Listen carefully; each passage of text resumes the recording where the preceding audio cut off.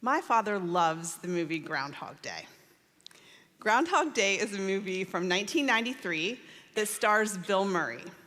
In it, Bill Murray plays a weatherman who is forced to travel to Punxsutawney, Pennsylvania to cover Groundhog Day, whether the groundhog sees its shadow or not. While he is there, Phil becomes stuck in a time loop where he is forced to relive this particular Groundhog Day over and over again. The impression that you get as you watch this movie is that Phil relives this day hundreds of times. And you even start to wonder, is there anything he can do to escape this time loop? As it turns out, Phil was able to escape the time loop once he learned what he needed to learn and changed. I am sure that this movie kept coming to mind because of the similarities between it and the book of Judges. You see, highlighted throughout the book of Judges is a vicious cycle that the Israelites, too, get stuck in. And they are forced to relive the same thing over and over again. Even as believers, many of us find ourselves stuck in cycles as well, wondering if there's any way for us to escape. So in a very real way, we have the exact same challenge as Phil Connors did in Groundhog Day. We want to identify what is causing the cycles that we find ourselves in. And then we want to make the necessary changes in order to put an end to these cycles. Those are the tasks before us, and those were actually the tasks before the ancient Israelites as well. So let's get started. I'm going to start reading in Judges chapter 1, verse 1. After the death of Joshua, the Israelites inquired of the Lord, "Who will be the first to fight for us against the Canaanites?" The Lord answered, "Judah is to go. I have handed the land over to him." God handed the land over to the Israelites, and most of chapter 1 gives us details of the successes that they had. You may have noticed some overlap between Judges chapter 1 and events that were told in the book of Joshua. The purpose here is just to give us some background information. As you read this chapter, there were many things that could have stuck out to you. Maybe something that drew your attention was verses 6 and 7 with Adoni-Bezek. I wish that I could tell you that this is the only odd thing that we are going to come across in the book of Judges. However, I would most certainly be lying to you. There are many odd things in the book of Judges. And I know the Word of God well enough to know that each and every one of these things is here for a reason. I'm sure that there is a scholar somewhere who has done a whole bunch of research and has a very interesting paper on Adoni-Bezek. However, we would be in the book of Judges for a very long time if we set as our goal to dig into each and every one of these things that caught our attention. So I'm going to take the opportunity right now to lay a different approach before you.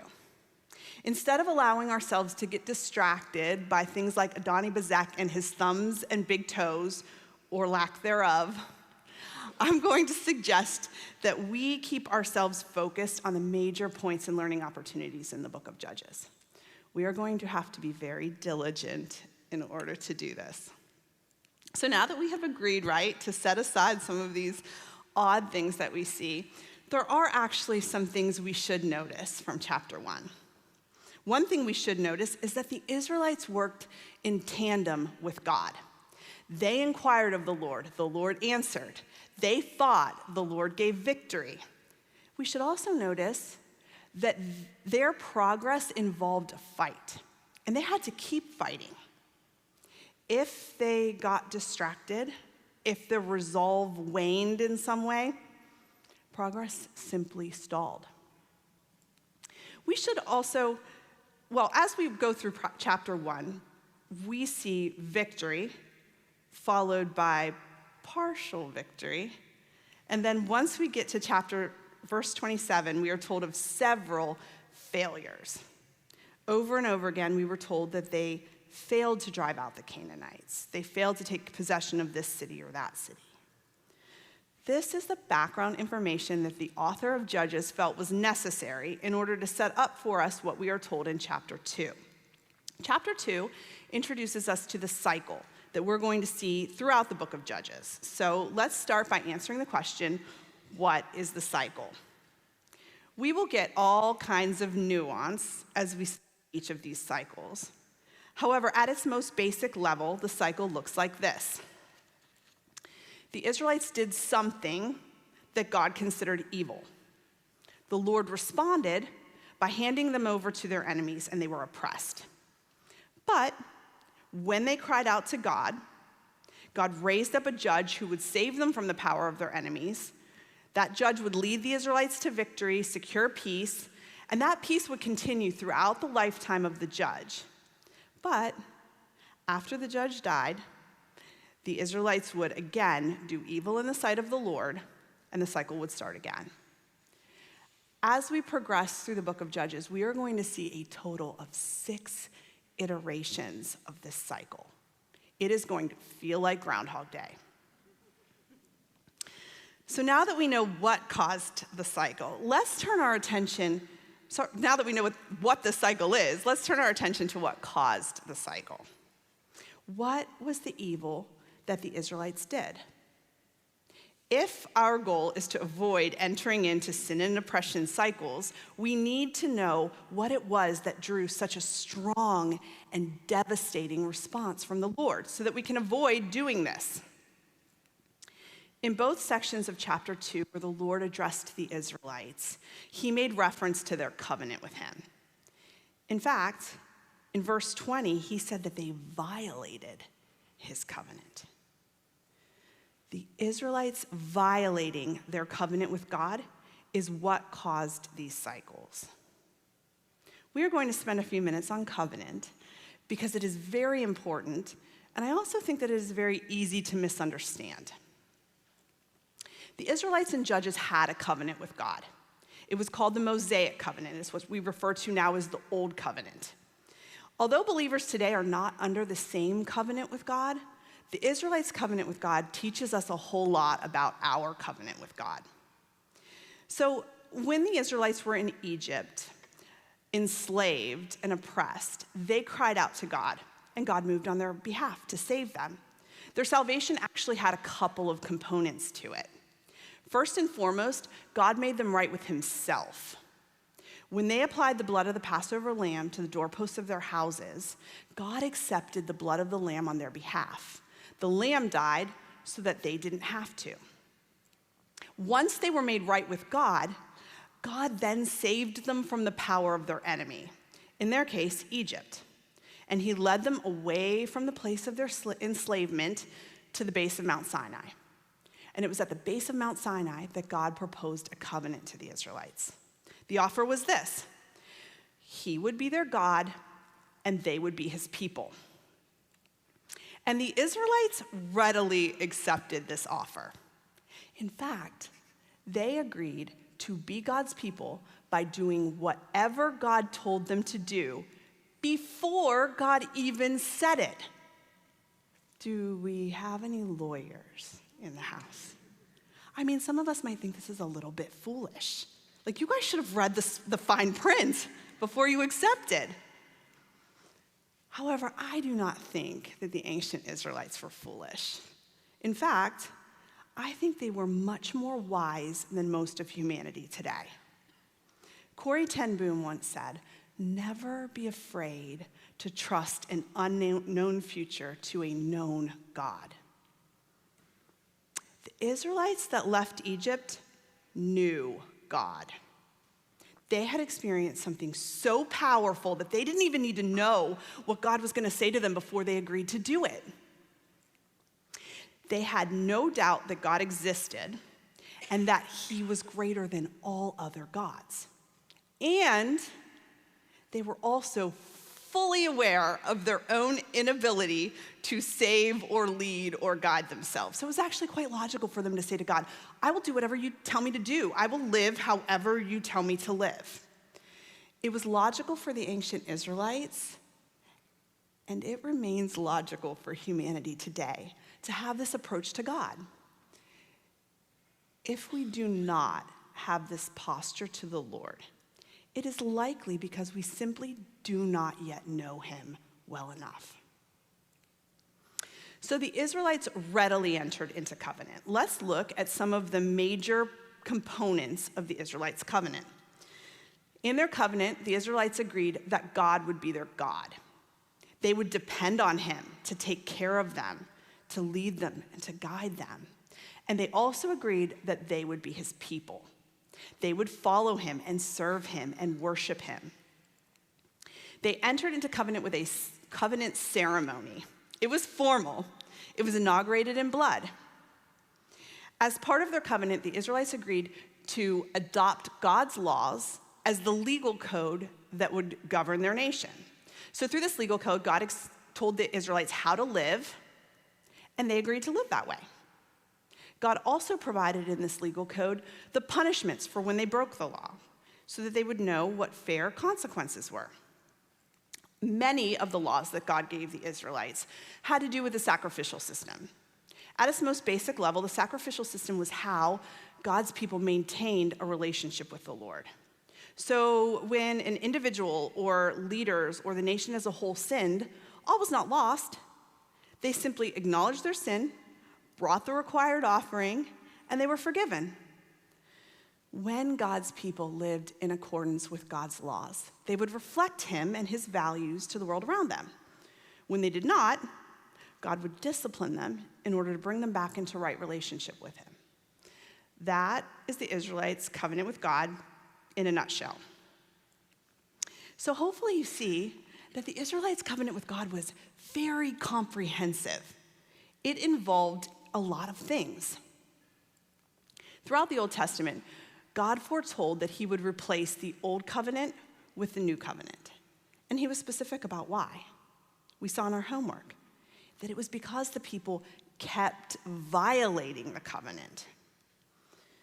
Understanding the components of the old covenant helps us understand better our covenant with God, the new covenant. Like the Israelites, we are saved when we simply cry out to the Lord. But from there, we see some changes. So whereas the Israelites entered into covenant with the blood of bulls, we enter into covenant by the blood of God's own Son, Jesus Christ. The Israelites were expected to obey God, and God gave them his laws on tablets of stone. Believers are still expected to obey God. But instead of writing his laws on tablets of stone, he writes them on our hearts.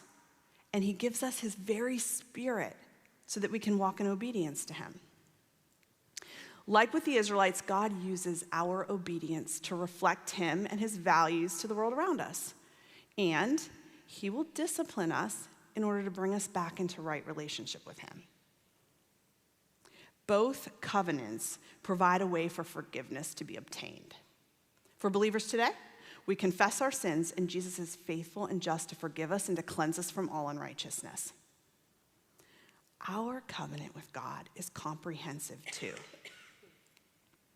The heart of both the Israelites' covenant with God and our covenant with God is that God would be our God, the one we depend on, follow, worship, serve, obey.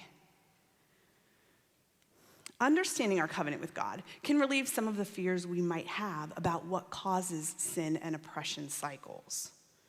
God did not expect his people to be perfect.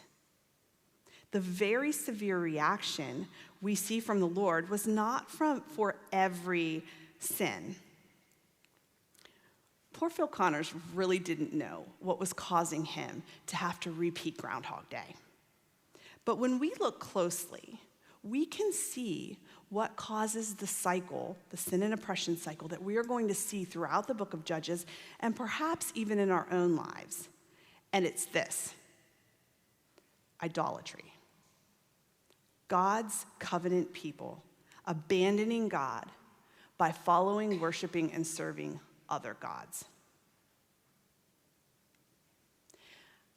I know that it might be very tempting to shake our heads at the Israelites. Like, why? Why would you guys abandon God? And I suppose that it certainly is possible that they made a conscious decision to abandon God and put their allegiance toward other gods. But the more time I've spent in this book, and I've spent about a year in it, almost a year, the less sure I am of that. And I think that we will get much more out of our study if we will be open to the possibility that the Israelites did not actually think that they were abandoning God. And if we are honest with ourselves, we might start to see some areas where we are depending on someone or something other than God, where we might be following and worshiping and serving other things. I can tell you that I think it is far more subtle than I originally thought. At the heart of our covenant with God is that God would be our God. So what does it mean for God to be our God? I am going to tell you right now what it is not. It is not simply acknowledging that he exists. That was not good enough for Pharaoh. After those 10 plagues, Pharaoh for sure knew that God exists. But if you need more convincing, let's take a look at James 2:19. You say you have faith, for you believe that there is one God. Good for you. Even the demons believe this, and they tremble in terror.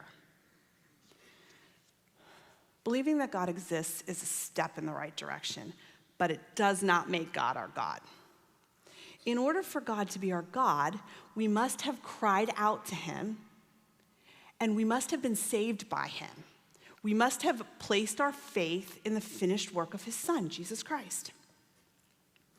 And when we are in covenant with God, God cares a whole lot about us treating him as though he actually is our God. The heart of idolatry is God's covenant people treating someone or something like their God when we already have a God. So, what caused the Israelites to enter into idolatry? Let's see. The people worshiped the Lord throughout Joshua's lifetime. They had seen all the Lord's great works he had done for Israel. So far, so good. After them, another generation rose up who did not know the Lord or the works he had done for Israel. They did what was evil in the Lord's sight. They abandoned the Lord. They followed other gods. So notice, the cycle started with the next generation. The Canaanites that remained in the land and their gods really didn't affect that first generation. That generation that knew the Lord continued to worship the Lord. The results were seen in the next generation. Now, in case we are inclined to place all of the blame on that first generation that failed to fully take possession of the promised land, I don't actually think the text will let us do that. Chapter 3 tells us directly that the Lord did not give a full and complete victory to that first generation. The Lord left these nations, and he did it on purpose. You see, God seems to care quite a bit about each generation coming to know him and then intentionally choosing to make him their God. When we look at what caused the Israelites to enter into idolatry, we see that it happened in this transition between generations. The next generation of Israelites certainly would have been affected by the faith of their parents. Their parents had opportunities to talk to them about the Lord, to take them to worship the Lord. But it seems as though they were also profoundly affected by the remaining Canaanites, the gods they worshiped. If believers are to avoid entering into sin and oppression cycles, we need to avoid idolatry. And if idolatry is more subtle than we might think, it might be sort of hard to notice in our own lives. So, how can we identify idolatry in our lives? I have a couple of ideas on this. Idolatry started in this transition between generations. So the first thing we can do is look at our faith in a much broader context. We need to consider that we are our parents' next generation. As someone's next generation, we have been impacted positively or negatively by the faith of our parents, what they taught us or didn't teach us, what they modeled for us or didn't model for us, affects how we view God, how we draw near to him, what we invite him into, and what we leave him out of. Now, some of us were not raised by Christian parents, so we're basically starting from scratch. But even those of us who were raised to know and to love the Lord can have some blind spots based on the faith of our parents or something just getting lost in the transition. We also, whether we realize it or not, have been affected by culture. The culture we grew up in influences what is important to us. So what are some of the gods of our culture? There are so very many. How about wealth, career, physical appearance, perfectionism, productivity, comfort, pleasure, self-sufficiency? Looking at the transition between generations can help us notice things that might be or become idols to us. Another way that we can look for idolatry is to look at how we make our decisions. We make so many decisions. Some are important: where we're going to go to school, who we're going to marry, where we live. Others are urgent. We need a decision right now. And many are mundane. What am I going to do today? Looking at how we approach our decisions can help us see what is an idol to us. I tend to be an I'm going to figure this out kind of person. So if I am not careful, when I come to a decision or a problem, I might be inclined to just push ahead and try to figure it out on my own. I want to think about it, weigh the pros and the cons, maybe do some Google searches, talk to somebody that I respect. But when I am treating God like my God, I will pray first. And then I will allow God to show me what I need to think about. I will let him bring to mind the pros and the cons and what I should Google and who I should talk to. Do you see the subtlety there? Just like we have been impacted by the faith of our parents and the culture in which we grew up, or in the one we live, our children will be affected by our faith and the culture in which they grow up, because they are our next generation. Now, in case you are getting depressed, it's actually a very good thing to be made aware of potential areas of idolatry in our lives, because then we can just reject them and put our faith back in the Lord. And the antidote to idolatry is really very simple. Just come to know the Lord. As we come to know God, we will be less and less affected by how we grew up and the culture in which we live. As we see how good God is, we will be less and less likely to accept cheap counterfeits. And it's the same for our children. So our goal is to help them come to know the Lord. We do that by talking to them about the Lord, teaching them, modeling what an authentic relationship with the Lord looks like, explaining things to them that we think are getting lost in the transition. And most importantly, encouraging them to draw near to God themselves so that they can come to know him. I've told some of you that this book has very profoundly impacted my day-to-day life. And this is one area. Oh.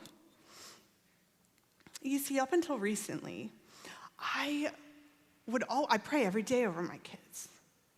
And of course, they know that I do this, so they'll be like, hey, Mom, can you pray for my finger? And I'd be like, yes, of course, I'm going to pray for your finger. Now, yes, I still pray for your finger, but you pray for your finger right now. My daughter's going to middle school. She's got decisions to make about electives. Like, you need to pray and ask God what you should do, and you need to give him a little bit of time to show you. Because I want God to be as real to my children as he is to me. And I want them to have opportunities to see him move in their life, respond to them.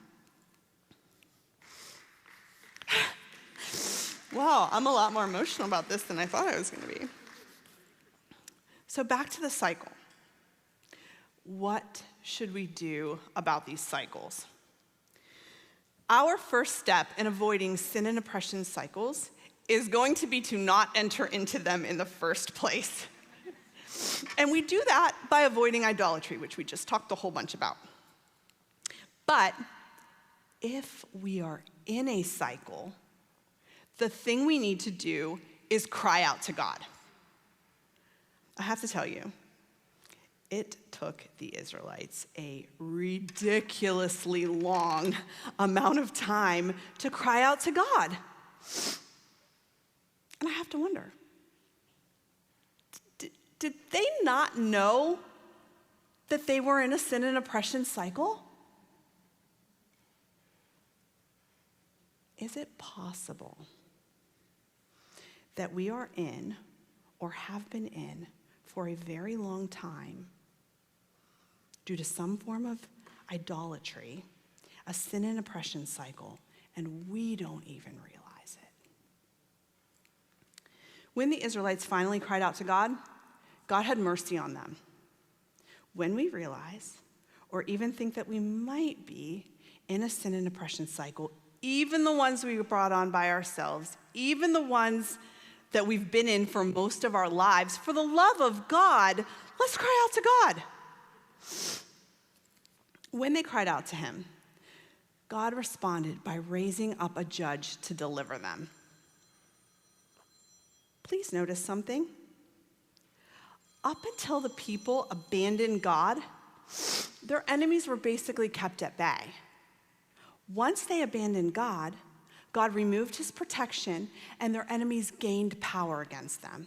So it stands to reason that when they cried out to God, God could have simply caused their enemies to lose power against them, to just go away. But God didn't do that. God didn't just magically remove the Israelites' problems. Instead, he raised up deliverers for them to follow. All of the Bible is consistently pointing to the deliverance that God offers through his son, Jesus Christ. We see it when we look at the covenants, and we see it here in Judges, where God shows his people that if they are to be saved from the power of their enemies, they must follow his deliverer. After we cry out to God, we need to look for how he's directing us to follow his son, Jesus Christ. After getting an overview of the cycle, in chapter 3, we see the first 2 iterations of it. So at the time of Joshua's death, there remained Canaanites in the promised land. God left them there on purpose to teach and to test the next generation. But they settled among them and worshiped their gods. And the first cycle starts. In this first cycle, we see that the Israelites' evil was that they forgot the Lord and worshiped other gods. So God sold them to King Cushan of Aram. They served him for 8 years until they cried out to the Lord. In response to their cry, God raised up Othniel, the nephew and the son-in-law of Caleb. The Spirit of the Lord came on him. He led the Israelites to victory, and they had peace for 40 years, essentially 1 generation. But then, presumably after that generation passed away, the Israelites again did what was evil in the Lord's sight. And so the Lord gave King Eglon of Moab power over the Israelites, and they served him for 18 years. 18 years before they cried out to the Lord. When they did cry out to God, God raised up a man named Ehud. There are a lot of very interesting details in this account, but basically, Ehud secured victory by attacking King Eglon, escaping, rallying the troops. He became their leader, and he secured peace that lasted 80 years, basically 2 generations. As we wrap up today, in the final verse of chapter 3, we were told quickly of the third judge, Shamgar. Although we didn't get any details into the cycle itself, we were told that he delivered the Israelites from the Philistines. Phil Connors very much wanted to get out of the cycle of repeating Groundhog Day. And in order to do that, he had to change. We are going to see that the Israelites kept repeating their cycle of sin and oppression because they kept abandoning God by following, worshiping, and serving other gods. And I believe that many of the sin oppression cycles that believers find themselves living and reliving have as their root cause the exact same thing: modern day idolatry. As we continue in our study of Judges, let's be diligent in rooting idolatry out of our lives. Let's allow the Lord to show us the cycles that we are stuck in. Let's cry out to him about each and every area of oppression that we have. And let's look to our deliverer, Jesus Christ, to lead us out.